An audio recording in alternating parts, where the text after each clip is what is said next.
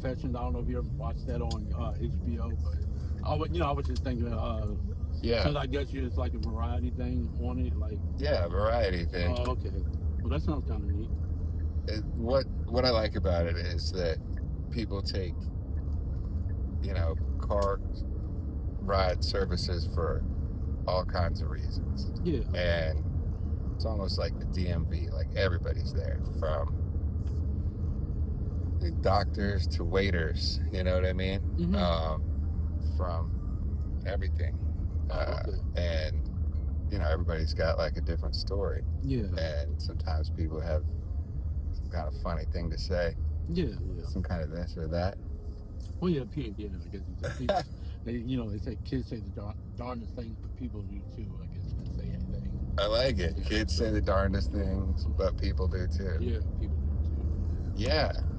I think that's, and what, so I'm building that up. So what about that? You watched, or at least you've heard of Taxi Cab Confessions. Yeah, I used to watch it a little bit. I guess HBO has some good stuff.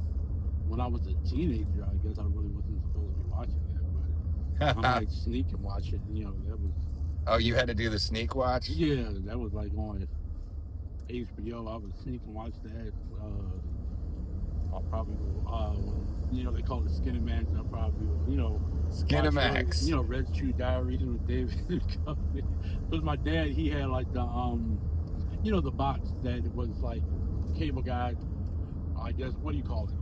Like, don't say one of the Scramblers? Yeah, Scrambler? Yeah, so we, had all the channels. So, like on the weekend, he would let me and my brothers and stuff, all sleep downstairs in the basement. That was like our area. And sometimes my brothers wouldn't be down or anything like that. But my dad, he would kind of creep around upstairs, and then like he would just swing open the basement door and jump down the stairs to see what we're watching real quick to make sure we're not watching anything inappropriate. Hey, gotcha. Yeah, so. Did he ever catch you? No, we would turn it real quick, or I would turn it real quickly out. We'll watch that, and every time real sex came on, I would watch that. So. Yep. I mean, I wouldn't just watch that all the time. But yeah, I just Oh yeah. But yeah, it was. I would just. How can you not? Yeah, when you're a teenager and stuff like that. Oh yeah. Hormones. Oh man, I remember with my. With my brother, at some point we were traveling and there's like a hotel room. Yeah. And those channels, if you didn't have the subscription, they would come in scrambled. Yeah. But if you watched it long enough, every now and then it would show you. Oh, clear up. It'd look clean. Yeah. I mean, that is like I don't know, that's the definition of like, all right, there's something that is a draw about that. When my dad would take us to our aunt's house in D.C., I would flip through the channels. I was like flipping through the channels, and you go all the way up to like 101 and up further, and then like you would hear all this moaning and stuff. Oh yeah. And I would just stop on it, and it would clear up sometimes. It was like it's a Spice channel, Yep, stuff Spice. like that. But, oh my God, I forgot about Spice. Yeah, that was funny. I know in high school, me and my best friends and stuff like that, I had turned 18 earlier. So I had turned 18 in my graduating year, but it was before I graduated. I remember Chris was like, hey, if I give you some money to you, order like the Girls Gone Wild and stuff like that. Oh, you can... So I kind of had to sneak. I did it for him, like order it, and this is when I was just, my parents got separated. I was living with my mom, and I had to keep checking the mailbox, before she got home, or before her, to get his his little tape. Check the mailbox to make sure she's not the one who finds that. Yeah. But I think he got. And how do you order? How do you order it? Do you call? Yeah. Like to call the number. I remember. I think he got caught with it or something like that. He, his parents were mad at me. I was like, why are you blaming me? You're the one who wanted it. I didn't twist your arm and say. I did watch it with him, but you weren't strongly opposed to it. Yeah. So that was. You didn't establish an opposition. Yeah. Like he took the rap. Yeah. And then my mom, she had like the Scramble box too. Later on when I was in high school, I remember me, Chris, and Scott came over, which is a little awkward watching something like that. because you're all guys or whatever like that, but Yeah. the Playboy channel and Sure. stuff like that. But I I guess it's a little awkward because I guess guess everybody probably want to go to a separate room and work one out or whatever to a fantasy or whatever like that. But yeah, it was. I remember. Yeah, we were just into it for like. I mean, it was just an adventure to see what we could see. Yeah. Just like, hey, let's see if we can see this. Oh yeah. Oh my gosh, we talk about it.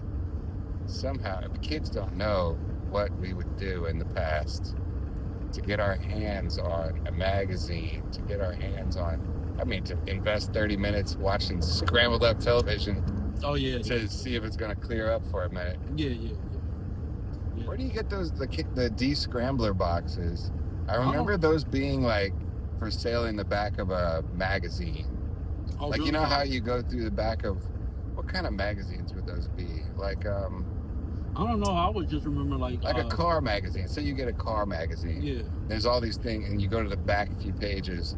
There's all these things you can order. I remember ordering like a survival knife.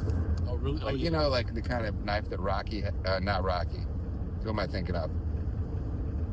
Rambo. Oh, Rambo, yeah. Rambo, you know, it comes with a compass. Yeah. You open up the back of it, and it has like a whole, like a kit that you could stitch your wound if you get wounded. Oh yeah. I used to want yeah, I know. Like I guess those. I forget what kind of like survival magazines or. But they'd have just magazines. all kinds of stuff that would interest you. And one of the things was, like, they would have, you could order a radar detector. Oh, okay, yeah. You could order a cable de-scrambler. Mm-hmm. And the thing is, they would always say something like really absurd, like, you know, allow 4 to 6 months for delivery. It would just seem like it was a long time that you're waiting. Yeah, it would be. And it seemed like that's where you get the de-scramblers.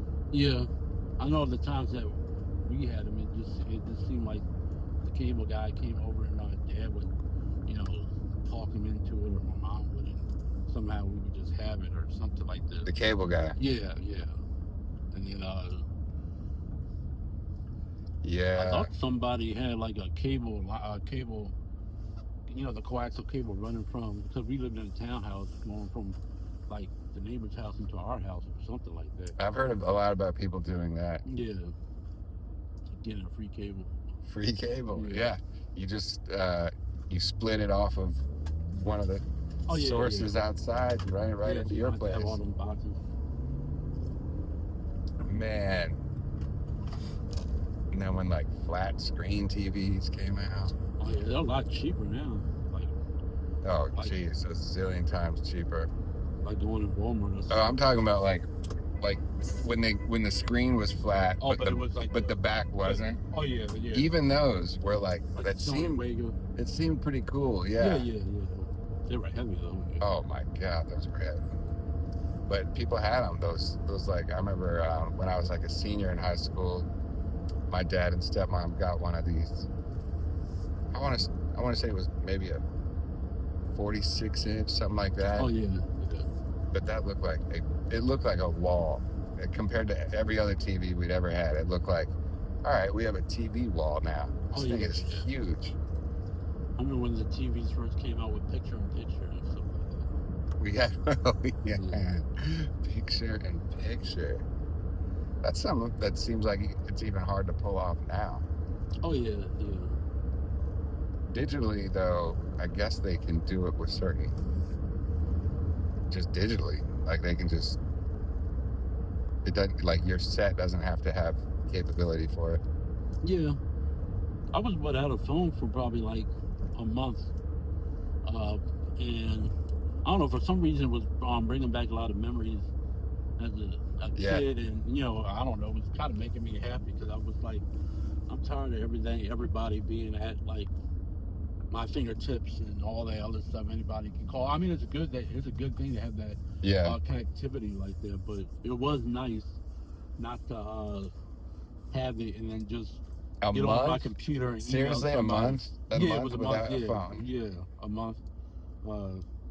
I think there's people that don't feel like what they would do if they didn't have it for like 2 days, man. Oh, yeah. Or even like 1 day. Oh yeah.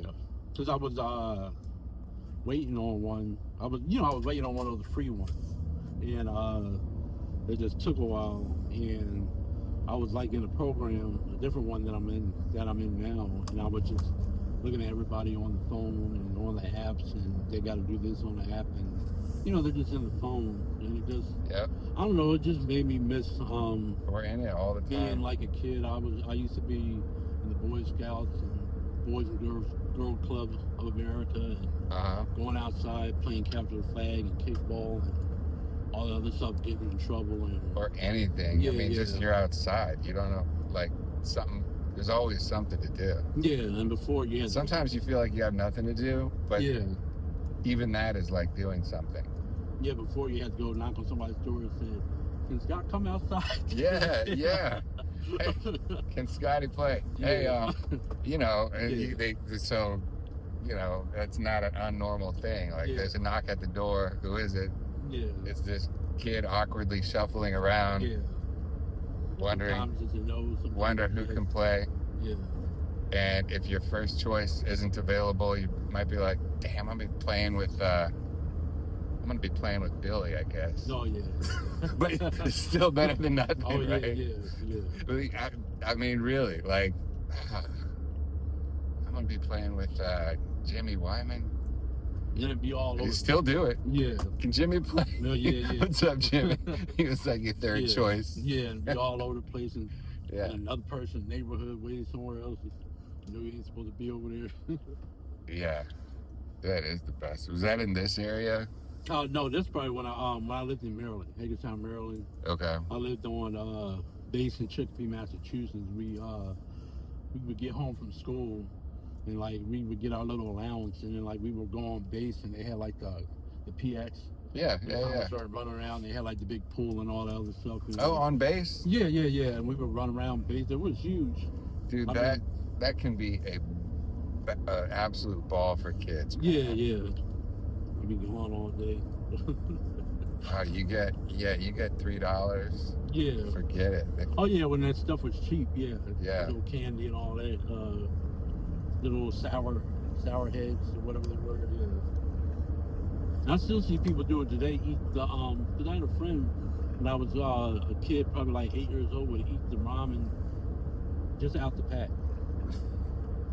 And then I would still see people. You mean like crunch the noodles? Yeah, and just eat it like that. Like in some chips or something. Mm-hmm. I never got into that. But I don't remember doing that. Every now and then, I remember a cup of soup. They had the pouch. The idea is you pour that into a cup, add hot water. All of a sudden, it's chicken noodle soup. Yeah. I do remember eating that a couple times. Just the dry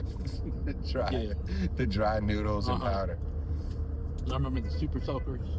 When they had those. Oh yeah. I don't know if you're old enough, but we played. There's maybe 2 summers that we could not get enough laser tag, man.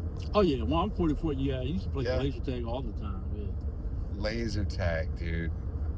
You wear that little thing. Yeah. You get hit and it speeds up, right? You get hit again, it speeds up. Mm-hmm. Yeah, I remember laser tag. I always have a memory associated with laser tag because my best friend Chris from high school, I remember Vicky, like they had just gotten together, and I was her friend too and all that other stuff. I remember we went to Midlothian, we were going to go play laser tag. I think it was behind the Taco Bell or whatever. Oh, at a center or just in the neighborhood? In the neighborhood, like it used to be. I don't know if it's still over there, but like Midlothian Turnpike when you get off, it used to be like just like that McDonald's and a Taco Bell. Yeah. It used to be a laser quest or laser. Oh, okay. Back there, this was back in like maybe 2001. Yeah. Or but yeah, we were all in the car. It was Chris right there, Vicky, and I was in the back seat. He drove, and I remember we had pulled up, and they were just quiet, and I was like just sitting there, and I was waiting. I was thinking to myself, are they getting out of the car? Then I sat up and I said, is she pregnant? And he's like, how did you know? I said, I don't know. That's just all. I don't know why that came in my head, but yeah, he had gotten her pregnant. And I guess they were worried about just long discussion. Yeah, telling like their parents or whatever like that. And then it was so funny. My best friend Jesse and Ebony, they called. They wanted to hang out and stuff like that. And I go over to their house. This is years later, and I go into their trailer, and normally we play like Xbox and all this other stuff. So I go on there, and they're just kind of sitting there quiet too. And I was like, is she pregnant? No way. Dude. Yeah, he was like, yeah. And she was like, he was like, well, she was on the contraceptive. And to be honest, me and him used to do like cocaine or whatever like that. Oh, I hope you don't right? mind me saying that. But they went to the doctor, and the doctor told them that I guess the man doing cocaine or whatever like that make it like super sperm or something like that, and it made it like I hadn't heard of that. Yeah, it just negated the contraceptive she was on. But yeah, it was so funny, and I was like, I mean, thank God her child came out fine and everything like that, But for sure. Yeah, but yeah, it was like, just them being quiet, and I would just jump into the conclusion You could detect something about their energy, right? Yeah. You're like, all right, these people are dealing with something, and let me put 2 and 2 together. I have 2 brothers. One got 2 kids. The other one has 8 kids. So it's like, I remember going to a gas station. I met him at a gas station. He wanted like $20 or whatever like that. And then this girl had pulled up, and as soon as the girl pulled up, it was a white girl or whatever like that. He ignores me, giving him $20 and takes his shirt off. I was like, she ain't paying attention to you. And she starts smiling and stuff. I was like, that's why you got all these babies running around here now. Oh my goodness. He got a lot of kids. A lot of kids. Grown all the way to 4 years old. So, but thank you. Brother. It was nice talking to you. Yeah, you too, man. Right. We'll take one of these lottery Are you allowed to do this in this program? Yeah. I know. You just take one of these lottery tickets, see if you scratch it off. Okay, all right. Thank you. You have a good day. And do I have your permission to share the conversation? Yeah, you do. Yeah? Yes, you do. Thank you, brother. All right. Hey, good luck here. Oh, I know you got a lot of work ahead of you. Oh, yeah. Thank you. You have a good day. All right, you too, Jamal.